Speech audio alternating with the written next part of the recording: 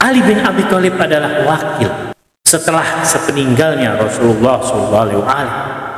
Tapi banyak dai-dai, orang-orang yang menganggap dirinya alim, tidak mau membuka kemuliaan Ali bin Abi Thalib, tidak mau membuka ahlul bait Nabi.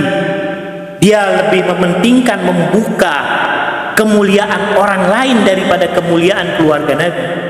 Rasulullah Shallallahu Alaihi Wasallam mendidik keluarganya, memberikan amanah, memberikan wasiat kepada Ali bin Abi Thalib, bukan bersifat monarki, bukan bersifat nepotisme, tidak ada. Ini masalah agama. Agama tidak bisa dimusyawarahkan. Siapa yang menjadi nabi tidak bisa dimusyawarahkan. Apakah ada majelis syura yang memilih nabi? Tidak ada. Siapa yang memilih nabi? Allah Subhanahu wa Ta'ala. Karena masalah agama, masalah agama yang berhak memilih nabi adalah Allah. Demikian pula karena kepemimpinan setelah nabi adalah masalah agama, yang berhak memilih siapa yang menjadi imam, siapa yang menjadi khalifah setelah Rasulullah Sallallahu Alaihi Wasallam adalah Allah Subhanahu wa Ta'ala melalui Nabi Muhammad Sallallahu Alaihi Wasallam. Bukan hasil musyawarah. Agama tidak bisa dimusyawarahkan. Hukum ini halal haram, hukum ini halal, hukum ini haram, dimusyawarahkan, duduk dulu, ketuk palu, tidak ada. Wasyawirhum billati iya ahsan. Di ayat Al-Quran dikatakan wasyawirhum billati iya, bermusyawarahlah dengan sebaik-baiknya musyawarah. Bukan masalah agama, tapi masalah dunia. Kalau kalian bertikai di antara kalian masalah dunia, musyawarahkan sesama kalian. Tapi kalau masalah agama tidak bisa dimusyawarahkan. Itu hak Allah, karena yang membuat agama Allah Subhanahu wa Ta'ala. Yang menurunkan nabi adalah hak Allah Subhanahu wa Ta'ala. Karena itu yang berhak untuk memilih siapa yang menjadi pemimpin setelah nabi wafat adalah Allah Subhanahu wa Ta'ala. Karena itulah Imam Ali bin Abi Thalib adalah seorang negarawan. Bagaimana Imam Ali menjalankan kepemimpinan, yang kepemimpinannya itu amanat dari Rasulullah Sallallahu Alaihi Wasallam, yang amanat itu datangnya dari Allah Subhanahu wa Ta'ala.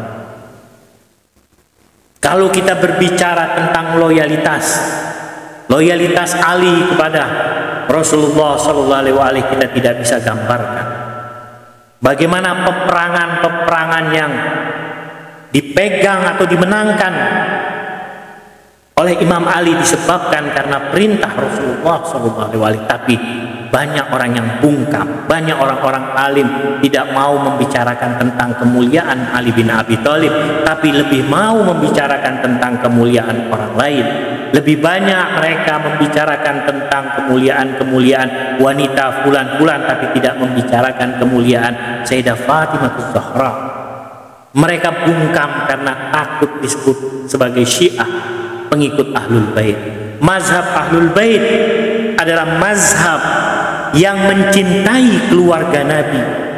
Jadi kalau kita mencintai keluarga Nabi, bukan berarti kita tidak mencintai para sahabat. Salah. Kita mencintai para sahabat, tapi kita lebih mendahulukan mencintai keluarga Nabi terlebih dahulu, baru kita mencintai sahabat. Karena apa?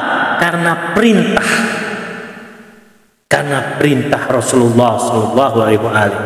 Kalau kalian ingin mendapatkan syafaatku, maka ikutilah keluargaku, Ahlul Baitku ini. Salah satunya Ali bin Abi Thalib. Tapi kenapa kalian memeranginya setelah meninggalku?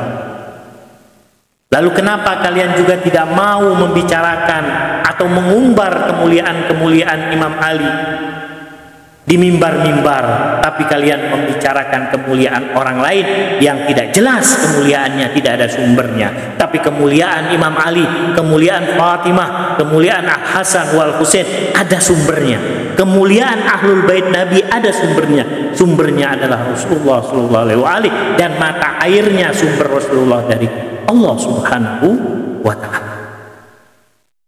Apakah salah mazhab Ahlul Bait, mazhab Syiah Ahlul Bait, pengikut Nabi, mencintai keluarga Nabi?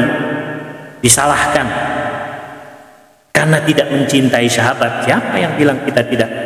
Mazhab Ahlul Bait mencintai para sahabat, tapi kita lebih mendahulukan mencintai keluarga Nabi karena mereka adalah safinatun najah, mereka adalah bahtera seperti bahtera Nabi Nuh yang akan menyelamatkan umat manusia dari lautan kehidupan.